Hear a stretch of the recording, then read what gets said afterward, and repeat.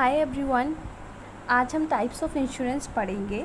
There are 4 types of insurance: life insurance, fire insurance, marine insurance and health insurance. Life insurance को छोड़कर बाकी ये जो 3 insurance हैं ये जनरल इंश्योरेंस में आते हैं। कौन कौन से? Fire insurance, marine insurance, health insurance, ये जनरल इंश्योरेंस में आते हैं। और आपका जो लाइफ इंश्योरेंस है वो आपका लाइफ इंश्योरेंस में ही आता है। तो इनको हम 1 बाय 1 समझेंगे, पढ़ेंगे क्या क्या चीज़ें इसमें हैं। सो स्टार्ट करते हैं फर्स्ट लाइफ इंश्योरेंस से। In life insurance the insured has to pay a fix amount of premium and in return the compensation is assured at his death और at the maturity period whichever comes earlier. Life insurance में एक insured होता है। Insured वो person जिसने insurance कराया है, insurer वो जिसने इंश्योरेंस किया है। तो यहाँ पर insured fix amount of premium देता है। फिक्स अमाउंट फिक्स टाइम के लिए होता है, या तो वो मंथली होगा या फिर क्वार्टरली होगा या हाफ ईयरली होगा या एनुअली होगा। तो वो अमाउंट प्रीमियम का पे करता है और जिसके रिटर्न में उसे कंपनसेशन मिलता है जब भी उसकी डेथ होती है, या फिर जो उसने प्रीमियम ले रखी है इंश्योरेंस पॉलिसी उसका मैच्योरिटी पीरियड होता है तब। डेथ या मैच्योरिटी पीरियड में जो भी पहले आ जाता है उसको कंपनसेशन उसका अमाउंट मिल जाता है। जनरली लाइफ इंश्योरेंस पॉलिसी लोग तभी लेते हैं जब उनको लगता है कि वो बहुत जल्दी मर जाएंगे, उनकी डेथ बहुत जल्दी हो जाएगी और वो अपने फैमिली को फाइनेंशियल सपोर्ट देने के लिए लाइफ इंश्योरेंस पॉलिसी लेते हैं। और जनरली लोग एक कारण और है, या तो उनको लगता है कि उनकी डेथ बहुत लेट होगी तो वो खुद को ओल्ड एज में उनके पास फाइनेंशियल सपोर्ट हो, वो इसलिए भी इंश्योरेंस पॉलिसी लेते हैं। अब लाइफ इंश्योरेंस पॉलिसी के भी 2 काइंड्स हैं, काइंड्स ऑफ इंश्योरेंस पॉलिसी, ये पढ़ लेते हैं। फर्स्ट है whole life assurance policy. Under this policy the insured sum is paid only on the death of the insured. मतलब जो भी पेमेंट है, जो भी कंपनसेशन है, वो तभी उनको मिलेगा जब उसकी डेथ होगी। इसका मतलब पॉलिसी पूरी लाइफ चलने वाली है। और इसमें क्या होता है, लाइफ इंश्योरेंस में हम इंश्योर्ड को इंश्योर्ड नहीं बोलते, मतलब जिसने भी पॉलिसी ले रखी है उससे हम इंश्योर्ड नहीं, उसे हम एश्योर्ड बोलते हैं। ठीक है, तो यहाँ पर इंश्योर्ड नहीं, यहाँ पे एश्योर्ड होगा। तो जो पर्सन है जिसने भी पॉलिसी ली है वो एश्योर्ड है।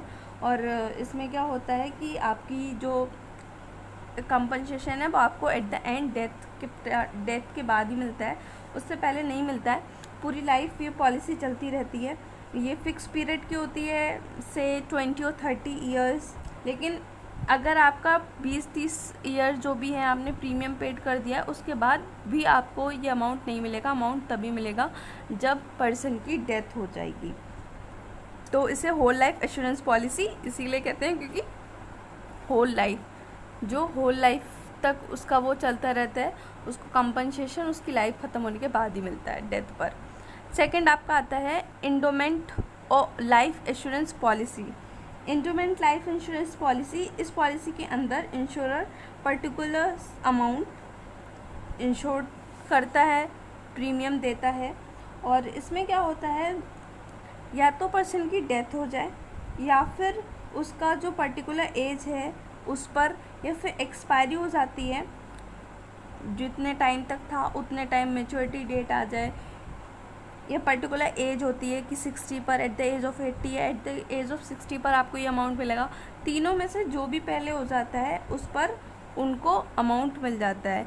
अमाउंट किसको मिलेगा? क्योंकि पर्सन की डेथ हो गई है अगर, तो उसने जो भी लीगल हायर्स कर रखे होते हैं। जब भी हम इंश्योरेंस लेते हैं, जब भी हम लाइफ इंश्योरेंस पॉलिसी लेते हैं तो हमें कई 2 लोगों के, 1 लोग के वो नाम देने होते हैं जिनको हम चाहते हैं कि अगर मैं मर जाऊं या मेरी डेथ हो जाए तो मेरे बाद इन पर्सनस को ये चीज़ मिलनी चाहिए, तो उनको मिलती है। अगर डेथ नहीं होगी तो उस इंसान को ही मिलेगी जिसने इंश्योरेंस करा रखा होगा।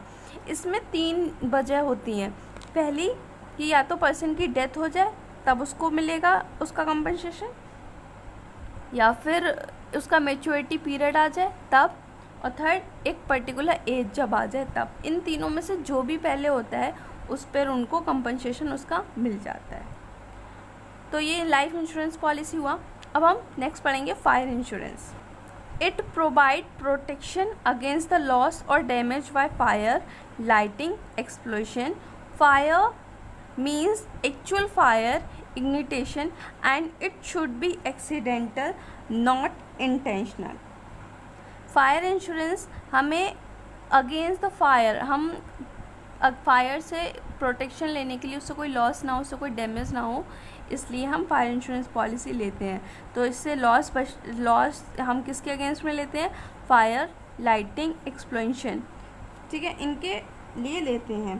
ठीक है, फायर का मतलब यहाँ पर है कि एक्चुअल फायर लगे या इग्निटेशन हो, इसका ये एक्सीडेंटल हो, इट शुड बी, मतलब फायर इंश्योरेंस पॉलिसी में आपको कंपनसेशन तभी मिलेगा जब फायर एक्सीडेंटल लग जाती है तब। अगर आप इंटेंशनली अगर लगा रहे हो तो फिर आपको कोई भी क्लेम नहीं मिलेगा। तो वो इंटेंशनल नहीं होना चाहिए, वो आपका एक्सीडेंटल होना चाहिए। जनरली जो फायर इंश्योरेंस पॉलिसी होती है जब हम लेते हैं तो वो उसमें क्या क्या चीज़ें होती हैं, उसमें पार्टीज़ का नाम होता है, इंश्योर्ड का और इंश्योरर का डिस्क्रिप्शंस होता है जिसमें आप जिस चीज़ के लिए ले रखा है उस प्रॉपर्टी का, और कितने अमाउंट की प्रॉपर्टी का आपने ले रखा है, कितना प्रीमियम आप पे कर रहे हैं, ये सारी चीज़ें उसमें लिखी होती हैं। अब हम बात करेंगे kinds of fire insurance policy. जो फायर इंश्योरेंस पॉलिसी है वो कितने काइंड की हैं, तो यहाँ पे 3 हैं, स्पेसिफिक पॉलिसी, डबल इंश्योरेंस, री इंश्योरेंस। इनको भी 1 बाय 1 समझेंगे। स्पेसिफिक पॉलिसी में क्या होता है, आपको एक फिक्स्ड अमाउंट या फिर आप कह लीजिए वो सम मिलेगा आपको। अगर आपकी फायर से डैमेज हो जाती है प्रॉपर्टी तो जितनी की प्रॉपर्टी है आपको वो अमाउंट मिलेगा। जितना भी स्पेसिफिक अमाउंट है आपकी प्रॉपर्टी के अगेंस्ट में आपको इसमें वही अमाउंट मिलेगा, कुछ एक्स्ट्रा स्पेसिफिक में नहीं मिलने वाला। सेकंड है आपका डबल इंश्योरेंस। इसमें क्या होता है, हम एक ही रिस्क को कवर करने के लिए 2 पॉलिसी ले रहे हैं। हम लोग एक ही चीज़ के लिए फायर पॉलिसी एक से ज़्यादा ले सकते हैं, लेकिन हम उसका लॉस जो होगा वो डबल नहीं कर सकते, या फिर लॉस को हम ज़्यादा रिकवर नहीं कर सकते। लॉस का हमें एक्चुअली मिलेगा, हम प्रॉफिट के लिए नहीं कर सकते ये सारी चीज़ें। ना ही हम अपनी प्रॉपर्टी से ज़्यादा कंपनसेशन ले सकते हैं। ये नहीं कि हमने 10 लोगों से सेम प्रॉपर्टी का करा लिया और हमारी प्रॉपर्टी 2 लाख की और हम क्लेम 10 लाख का ले लें, हर एक से 2-2 लाख ले लें, तो ऐसा नहीं हो सकता। क्यों? क्योंकि ये प्रिंसिपल ऑफ इंश्योरेंस हमने पढ़ा, उसके खिलाफ है। क्या था वो प्रिंसिपल, बताइए आप लोग। प्रिंसिपल ऑफ इंडेमनिटी में हमने पढ़ा कि जो इंश्योरेंस होता है वो कॉन्ट्रैक्ट प्रॉफिट के लिए नहीं होता, वो लॉस को कवर करने के लिए होता है। इसलिए यहाँ पर हम डबल इंश्योरेंस करा सकते हैं, लेकिन हम लॉस से ज़्यादा कवर नहीं कर सकते, प्रॉफिट नहीं कमा सकते, और ना ही जितनी की हमारी प्रॉपर्टी है उससे ज़्यादा अमाउंट ले सकते हैं। हम प्रॉपर्टी तक ही, जितना प्रॉपर्टी है उतनी ही अमाउंट लेंगे, उससे ज़्यादा नहीं ले सकते। फिर ये प्रिंसिपल तो यहाँ पर वर्क नहीं कर पाएगा। देखिए एग्जाम्पल से समझते हैं। मेरी प्रॉपर्टी है, मैंने अपने हाउस की फायर इंश्योरेंस पॉलिसी ले रखी है। जो मेरा हाउस है वो 2 लाख का है, ठीक है, 2 लाख रुपीज़ का मेरा हाउस है। अब मैं इंश्योरर ए से भी ले रही हूँ 2 लाख की पॉलिसी, ठीक है, और इंश्योरेंस बी से भी मैंने 2 लाख की पॉलिसी ली। अब मान लीजिए मेरे घर में आग लग गई और मेरा घर पूरा डैमेज हो गया, तो क्या मैं इन दोनों से 2-2 लाख लूँगी? अगर मैं इन दोनों से 2-2 लाख लेती हूँ तो मेरे पास 4 लाख आएगा। मेरा घर 2 लाख का बेकार हुआ, मुझे 4 लाख आ गया। इट मीन्स यहाँ पे मुझे 2 लाख का प्रॉफिट हो रहा है। लेकिन इंश्योरेंस हम प्रॉफिट के लिए नहीं कराते, ठीक है। हमने पहले इसका प्रिंसिपल ऑफ इंडेमनिटी पढ़ चुके हैं। तो मतलब यहाँ पर अगर हमारा लॉस हुआ है, हमारा प्रॉपर्टी डैमेज हुई है, तो ये दोनों हमें सिर्फ 1-1 लाख रुपए देंगे, इससे ज़्यादा नहीं दे सकते। क्यों? क्योंकि यहाँ पे लॉस कवर करना है, हमें प्रॉफिट नहीं करना। नेक्स्ट आपका आता है री इंश्योरेंस। इसमें क्या होता है, जिस भी इंश्योरर से, जैसे हमने किसी से भी इंश्योरेंस कराया अपनी प्रॉपर्टी का, अब हमारा जो इंश्योरर है वो किसी और के साथ, किसी दूसरे के इंश्योरर के साथ कॉन्ट्रैक्ट में आ जाए तो उसे री इंश्योरेंस कहते हैं। देखिए ऐसे समझिए, कभी कभी क्या होता है, जो रिस्क बहुत ज़्यादा हो जाता है, ठीक है, रिस्क इज़ टू हाई, तो जो इंश्योरर होता है हमारा वो कॉन्ट्रैक्ट में आ जाता है किसी तीसरे बंदे के साथ, और उसे हम री इंश्योरेंस कहते हैं। और जो जैसे आप एग्जाम्पल से समझिए, ये एक्स की प्रॉपर्टी 10 लाख की थी, मैंने इंश्योरर ए से करा लिया, ठीक है, 10 लाख का इंश्योरेंस पॉलिसी मैंने से 10 लाख की ले ली। अब ये इसको लग रहा है कि ये इंश्योरेंस बहुत, इसका जो रिस्क है वो बहुत ज़्यादा है, तो ए वाई से ले लेगा, ये इसके साथ कॉन्ट्रैक्ट में आ जाएगा और ये 5 लाख का इंश्योरेंस ले लेगा। तो जब मुझे मिस्टर एक्स को अगर कोई भी लॉस होता है तो इसको तो मिस्टर ए पे करेगा 10 लाख रुपीज़, ठीक है, लेकिन बाद में ये मिस्टर ए 5 लाख रुपए इनसे ले लेंगे मिस्टर बाई से, और यहाँ पर मिस्टर एक्स और मिस्टर बाई के बीच में कोई भी लिंक नहीं होगा, ये दोनों किसी भी कॉन्ट्रैक्ट में नहीं आ सकते। कॉन्ट्रैक्ट में कौन आया है, ए और बाई आया है, और एक्स और ए आए हैं, तो ए और एक्स और बाई का कोई भी यहाँ पर लिंक नहीं है।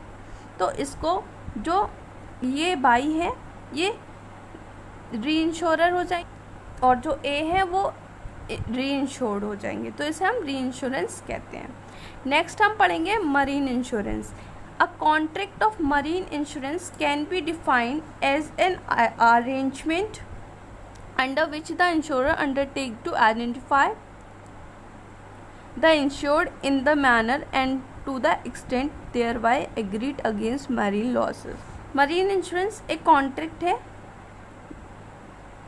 इंश्योरेंस सारे ही कॉन्ट्रैक्ट होते हैं जिसमें इंश्योरर वो उन्होंने अपने जो भी सामान है, मतलब इसमें हम मरीन इंश्योरेंस में क्या होता है, अगर हम अपना गुड्स या अपना कोई भी सामान समुद्र के रास्ते से लेके जा रहे हैं तो हम मरीन इंश्योरेंस लेते हैं। तो यहाँ पर भी ऐसे ही होता है कि हमने पॉलिसी ली, हमने कुछ प्रीमियम उसको पे किया, जब हमको लॉस होगा तो वो हमें कंपनसेशन प्रोवाइड करेंगे, कंपनसेट करेंगे हमारे लॉस को। सो इसमें क्या होता है, जो इंश्योर्ड होता है वो या तो कार्गो ओनर होगा या फिर शिप ओनर होगा या फ्राइट रिसीवर होगा, और जो इंश्योरर होगा वो यहाँ पर अंडरराइटर कहलाता है। मतलब जो भी इंश्योरेंस पॉलिसी ले रहा होगा वो या तो कार्गो ओनर होगा या फिर शिप ओनर होगा या फिर फ्राइट रिसीवर होगा। फ्राइट रिसीवर, फ्राइट क्या होता है, जो एक जगह से दूसरी जगह सामान लेकर जाते हैं वो। The insurer is known as underwriter, और जो इंश्योरर होगा, जो इंश्योरेंस पॉलिसी आपको प्रोवाइड कराएगा वो यहाँ पर अंडरराइटर कहलाएगा। तो मरीन इंश्योरेंस, मरीन पॉलिसी है, उसके भी कुछ काइंड्स हैं। यहाँ पे 3 काइंड्स है, कार्गो इंश्योरेंस, हल इंश्योरेंस, फ्राइट इंश्योरेंस। अब इनको भी हम 1 बाय 1 पढ़ेंगे। देखिए कार्गो इंश्योरेंस में क्या होता है, इसमें हम सिर्फ गुड्स का इंश्योरेंस कराते हैं, हम पूरे शिप का या पूरे कार्गो का इंश्योरेंस नहीं कराएं, हम यहाँ पे बस गुड्स का इंश्योरेंस कराएंगे। तो यहाँ पे सिर्फ गुड्स इंश्योर्ड होते हैं कार्गो में। हल इंश्योरेंस में इसमें whole ship is insured.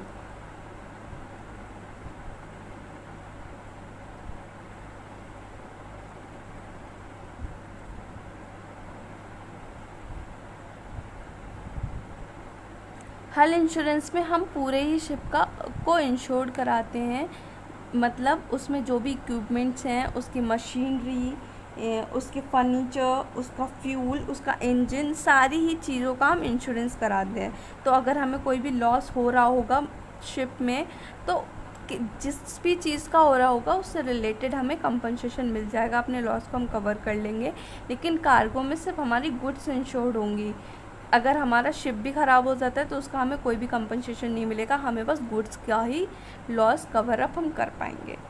Last है आपका फ्राइट इंश्योरेंस। मैंने आपको बताया फ्राइट, जो हम सामान लेके जाते हैं एक जगह से दूसरी जगह, उसे फ्राइट बोलते हैं।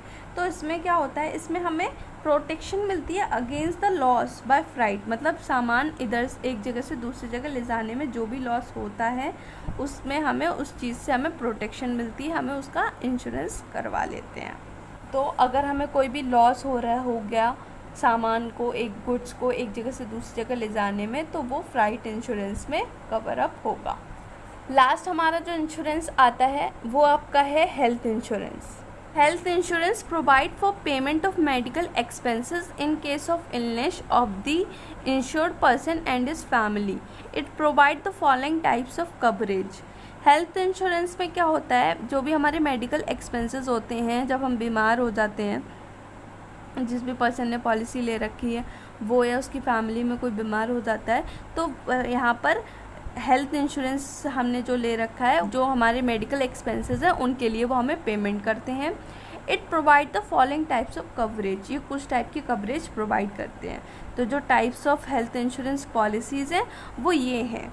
Basic medical expenses, it covers the expenses of hospitalisation and doctor services.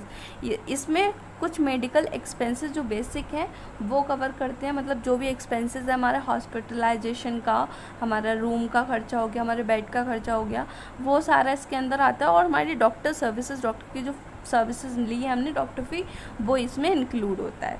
Next आपका आता है major medical expenses. So it covers the cost of catastrophic, it means sudden disaster. अगर कोई भी सडन डिज़ास्टर हो गया वो इसमें कवर होता है मेजर मेडिकल एक्सपेंसेस में. जैसे एक्सीडेंट हो जाता है तो हमें मेजर प्रॉब्लम्स हो जाती हैं, वो इसमें कवर होंगी. नेक्स्ट आपका आता है लॉन्ग टर्म हॉस्पिटलाइजेशन. इसमें जो नर्सिंग होम होता है एडल्टली पीपल का, इसमें वो कवर अप होता है. जैसे कि जैसे बेबी वगैरह होता है तो काफ़ी टाइम तक हम एडमिट रहते हैं, तो वो चीज़ इसमें कवर अप होती है. लॉन्ग टर्म हॉस्पिटलाइजेशन, जिसमें हम लॉन्ग टर्मली वहाँ पे रहते हैं, तो उसका ये जो भी नर्सिंग का वो चार्ज होता है वो इसमें आ जाता है आपका. नेक्स्ट आपका आता है मेडिकल सप्लीमेंट. मेडिकल सप्लीमेंट में क्या होता है, जो मेडिकल प्रोग्राम्स होते हैं हम सोशल सिक्योरिटी के लिए चलाते हैं, वो सारी चीज़ें आपके मेडिकल सप्लीमेंट में आ जाती हैं. नेक्स्ट है डिसेबिलिटी इनकम. इसमें क्या होता है, जो भी इनकम का लॉस हो रखा है हमारा, मतलब जिस भी पर्सन ने ये इंश्योरेंस पॉलिसी ले रखी होगी हेल्थ इंश्योरेंस, तो डिसेबिलिटी इनकम में जो वो वर्क कर रहा था, जो उसको इनकम मिल रही थी, अब वो अनेबल है, अब वो नहीं कर पा रहा है काम, तो उसमें उसकी इनकम मिलती रहती है, तो वो डिसेबिलिटी इनकम में आता है. क्योंकि ये हमारा क्या कवर करता है, हमारी इनकम का लॉस कवर करता है. सो सारी चीज़ें आसान थी. हेल्थ इंश्योरेंस इतना इम्पॉर्टेंट नहीं है, बाकी इम्पॉर्टेंट है. जैसे लाइफ इंश्योरेंस इम्पॉर्टेंट है आपका, तो सारी चीज़ें इजी थी, आपको समझ आ गई हैं. तो अगर आपको वीडियो पसंद आई तो वीडियो को लाइक कीजिए, मेरे चैनल को कीजिए सब्सक्राइब. मिलते हैं अगली वीडियो में, तब तक के लिए बाय बाय.